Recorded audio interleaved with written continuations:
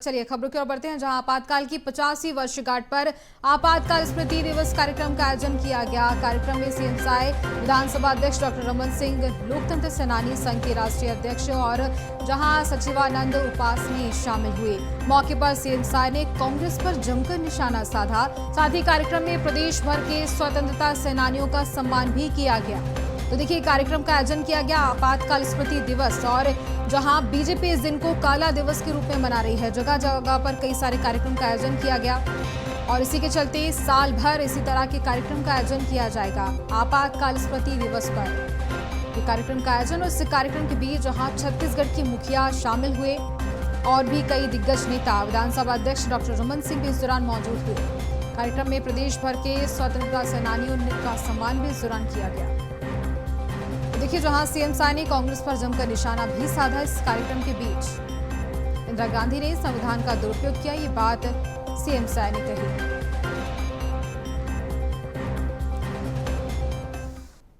गांठ है, उस उपलक्ष्य में प्रदेश भर से सभी हमारे लोकतंत्र के सेनानी आए हैं।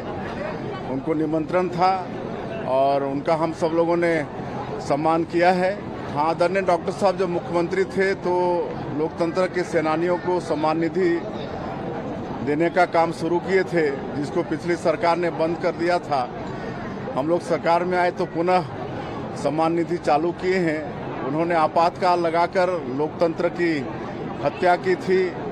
पूरे देश में 1 लाख से ज़्यादा लोगों को जेल में डाल दिए थे। 19 महीना जेल में रहे। कितना का परिवार बर्बाद हो गया, कितने के बच्चों की पढ़ाई लिखाई सब प्रभावित हो गई। तो कांग्रेस ने बहुत बड़ा पाप किया। तो देखिए, ये खबर आपको बता रहे हैं, जहां काला दिवस के रूप में आपातकाल स्मृति दिवस मनाया गया। राजधानी रायपुर में ये कार्यक्रम का आयोजन किया गया। लोकतंत्र सेनानियों का इस दौरान सम्मान भी किया गया। आपातकाल की 50वीं वर्षगांठ के चलते अलग अलग जगह पर जहां बीजेपी ने आपातकाल स्मृति दिवस के कार्यक्रम का आयोजन किया, और ये कार्यक्रम जहां मुख्यमंत्री निवास में किया गया, और इसी कार्यक्रम के बीच मुख्यमंत्री भी इस कार्यक्रम में शामिल हुए। और देखिए, जहां विधानसभा अध्यक्ष भी इस कार्यक्रम में पहुंचे, साथ ही लोकतंत्र सेनानियों का सम्मान इस कार्यक्रम के बीच किया गया।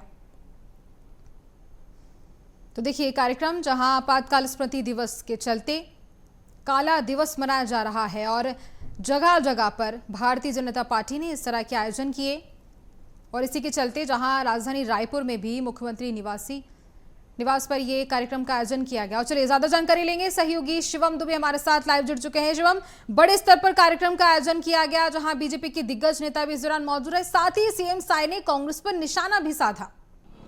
जी बिल्कुल, देखिए 25 जून 1975 को जो भी स्थितियां देश में बनी, आपातकाल लगाया पूर्व की सरकार ने, कांग्रेस की सरकार, और तब प्रधानमंत्री इंदिरा गांधी थी, और उन्होंने जो आपातकाल लगाया उसको लेकर के हमेशा से लगभग पिछले 50 साल से यही आरोप लगते आए हैं कि लोकतंत्र की हत्या की थी। और इसीलिए 25 जून यानी बीते हुए कल का दिन बीजेपी ने पूरे देश भर में संविधान हत्या दिवस के रूप में मनाया है। लेकिन आज बीजेपी ने खास कार्यक्रम किया है, मुख्यमंत्री विष्णुदेव साय ने खास कार्यक्रम किया है, और मुख्यमंत्री निवास में तमाम लोकतंत्र सेनानियों का सम्मान किया गया है। उनको एक जो प्रोत्साहन राशि है वो कहीं ना कहीं उन तक पहुंचाने की जो कोशिश बीजेपी करती आई है, उस बात को भी दोहराया गया है। और सबसे बड़ी बात यह है कि जो 1975 से लेकर के 1977 तक लगभग 21 महीने तक जो आपातकाल की घोषणा की गई थी, आपातकाल लागू किया गया था, इन 21 महीनों में जितने भी नेता जेल में बंद थे या जिनकी भी आज़ादी कैद कर ली गई थी, उन्हें बीजेपी लोकतंत्र सेनानी का दर्जा देती है। और यही कारण है कि आज मुख्यमंत्री निवास में बेहद खास कार्यक्रम किया गया। इस खास कार्यक्रम में लोकतंत्र सेनानियों को सम्मानित किया गया, उनके परिवार को सम्मानित किया गया, और मुख्यमंत्री विष्णुदेव साय ने खुद इस बात को कहा है कि जो कांग्रेस सरकार ने पाप किया है, इसकी माफ़ी बिल्कुल नहीं मिलेगी। 50 साल हो चुके हैं इस आपातकाल की घटना को, और अब जो स्थिति देश में है वो लोकतंत्र वाली है, ऐसा कभी भी भविष्य में ना हो। इसलिए बच्चों तक ये बात पहुंचाना बहुत ज़रूरी है, अगली जो पीढ़ी है उसके तक ये बात पहुंचाना बहुत ज़रूरी है कि आपातकाल किस स्थिति में देश में लगा था। यही कारण है कि बीजेपी तमाम कार्यक्रम कर रही है। मुख्यमंत्री निवास में जो आज खास कार्यक्रम हुआ वो लोकतंत्र सेनानियों के सम्मान में था। इसके अलावा भी सरकार कई सारी योजनाओं से लोकतंत्र सेनानियों को लाभ पहुंचाने के लिए, उनको प्रोत्साहित करने के लिए और उनका सम्मान करने के लिए लगातार काम करती आई है। 2008 में लोकतंत्र सेनानी योजना एक मुख्यमंत्री तब रमन सिंह रहे हैं और उन्होंने एक योजना लाई थी जो लगातार चलती रही और 10 साल तक ये बदस्तूर जारी रही। लेकिन 2018 में जब कांग्रेस की सरकार आई तब इस योजना को बंद कर दिया गया। लेकिन एक बार फिर से जब छत्तीसगढ़ में विष्णुदेव साय की सरकार आई है, बीजेपी की सरकार आई है, तो फिर से लोकतंत्र सेनानियों को सम्मान उनका किया जा रहा है। मुख्यमंत्री निवास में कार्यक्रम होना कहीं ना कहीं इस बात को दर्शाता है कि जो लोकतंत्र सेनानी 1975 से लेकर के 1977 तक दंश देखे हैं, संघर्ष देखे हैं, उनका सम्मान होना बेहद ज़रूरी है। और सरकार की योजनाओं की बात करें तो लोकतंत्र जो स्वतंत्रता लोकतंत्र सेनानी हैं उनके लिए खास योजना चलाई जा रही है जिससे उन्हें प्रोत्साहन राशि भी मिल रही है। 25,000 रुपये की राशि उन्हें सहायता राशि के रूप में मिल रही है। अगर किसी लोकतंत्र सेनानी का स्वर्गवास होता है तो उसके लिए भी सम्मान करने की योजना सरकार ला रही है। तो ये तमाम चीज़ें बताती हैं कि जो आपातकाल की स्थिति से देश गुजरा है, जिसको अब 50 साल हो गए, लेकिन वो दर्द आज भी कहीं ना कहीं उभरा है।